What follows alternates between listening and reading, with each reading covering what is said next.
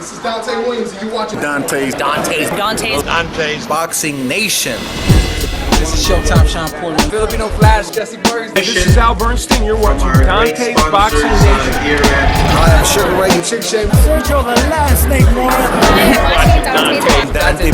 Dontae'S Boxing Nation. Boom, boom, boom, boom. Yo, this is Deontay the Bronze Bomber Wilder. My name is Gennady Golovkin. And you're watching Dontae'S Boxing Nation. Hi, this is Julian Jackson, and this is Dontae Boxing Nation. This is Julia Jackson, and you're watching Dontae'S Boxing Nation. All right.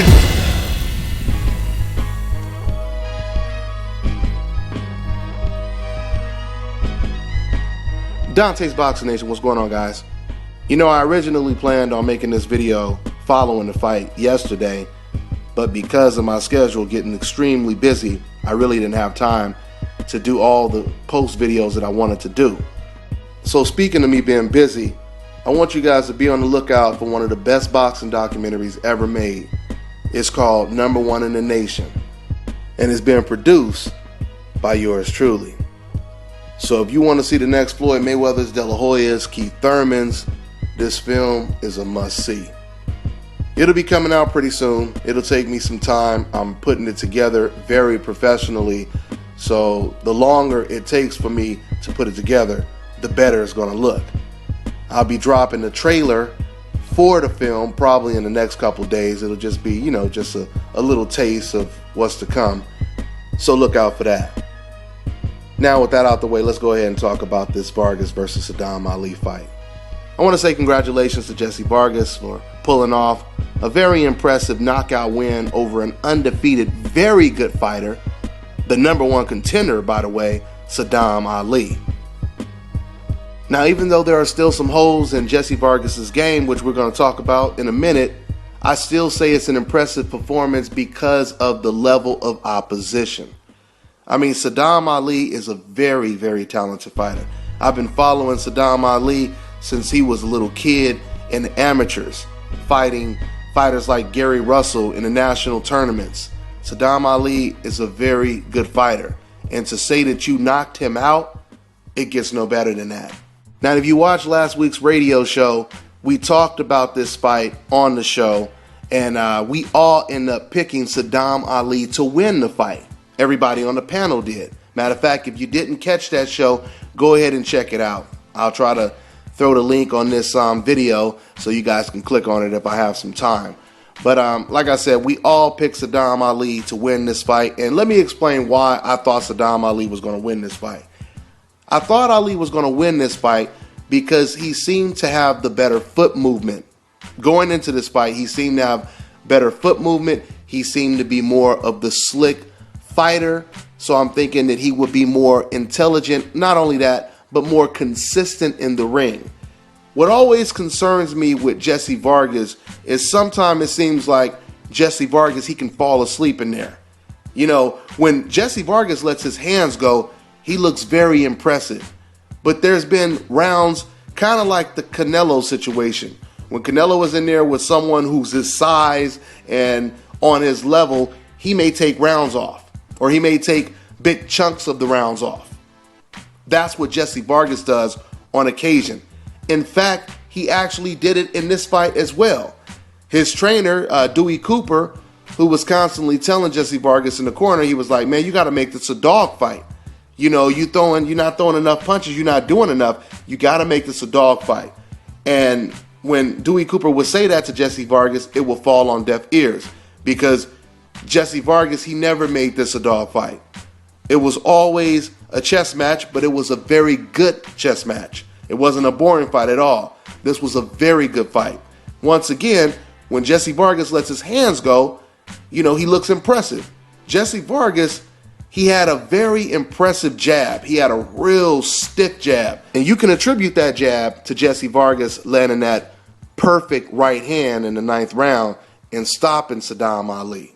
You know, even though Jessie Vargas, he did take off parts of rounds in this fight like I expected he would do, and even though Sadam Ali seemed to be the better boxer in the ring, the problem with Sadam Ali is he had no ring generalship.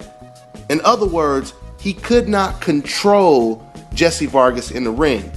Even when Sadam Ali was backing up and he was winning the rounds, it still looked like Jessie Vargas was in some ways controlling the ring because Sadam Ali was constantly backing up to the ropes. And there were definitely moments in this fight where Sadam Ali, he would stand his ground. Matter of fact, he would do more than just stand his ground. He would actually push Jessie Vargas back. And I believe that a couple times, maybe once or twice, Sadam Ali, he may have even hurt Jessie Vargas and didn't even know that he did. Why? Because Jessie Vargas, he did a great job of playing reverse psychology. Whenever Jessie Vargas got caught with a really good shot, sometime he would back up and then he would start waving Sadam Ali in like, the punch didn't bother him. And I think that was a little bit of an indication that it did bother him. But Sadam didn't really jump on Jessie Vargas. You have a lot of fighters today that are good boxers. And we all know 9 times out of 10, an intelligent boxer will beat a banger. But in this case, however, this was more boxer puncher versus boxer puncher. Jessie Vargas was maybe a little bit more aggressive because once again, he was pushing Sadam Ali back to the ropes. But the point that I'm trying to make is even though Ali, he had more rhythm than Jessie Vargas, he was more slicker, he had better foot movement. The one main thing he didn't have that really special boxers and slick boxers have is a great defense. The way he was getting caught with them jabs and right hands was a clear indication that if his lack of defense didn't cost him in this fight, it was definitely going to cost him down the line.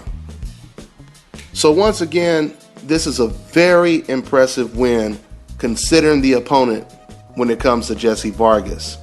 Before, when Jessie Vargas would complain and talk about how he deserves a rematch with Tim Bradley because of the controversial ending when it comes to that Bradley fight, I think a lot of fans were in unison when it comes to us basically saying, Jessie Vargas, you need to just let it go. You basically lost to Tim Bradley, and now it's time to move on. You basically messed up your opportunity. No reason to cry over spilled milk. That was the consensus of many, because once again, Jessie Vargas, it wasn't like that was a close fight. He lost the majority, or he damn near lost 10 or 11 rounds, and then, he had some success in the last couple seconds of the fight. So because of that, a lot of people was like, stop crying over this. Move on. But now, I have to say, guys, after a win like this, Vargas no longer sounds like a crazy man when he says he wants a rematch with Tim Bradley. I think he definitely deserves it now. I mean, he's actually holding Tim Bradley's belt, and he really has nothing to gain by fighting Tim Bradley when now he's the welterweight champion. So the fact that he still wants to fight Tim Bradley when once again he lost almost every single round, it says a lot about the pride that this man Jessie Vargas has and the heart that he has. And with the small ass welterweight roster that Bob Arum has over there at Top Rank, we're most likely going to see a rematch when it comes to Bradley versus Jessie Vargas.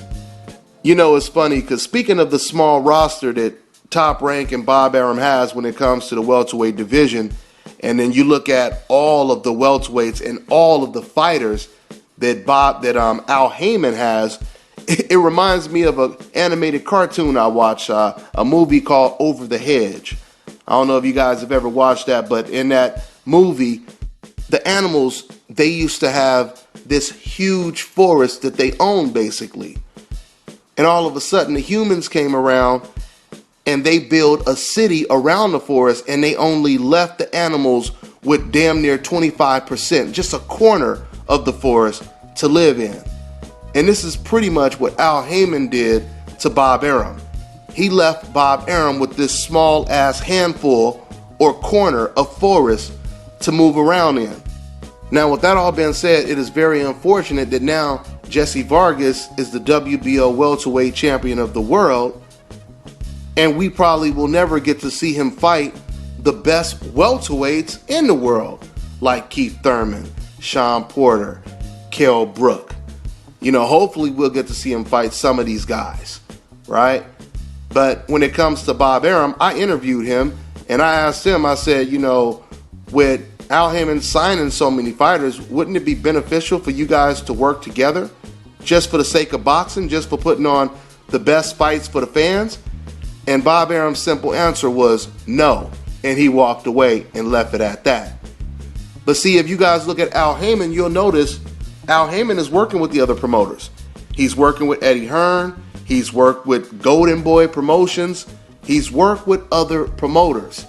So it's Bob Arum right now that does not want to work with Al Haymon. And because of that, we're going to miss out on a lot of great welterweight fights and end up seeing recycled fights over and over again when it comes to Top Rank.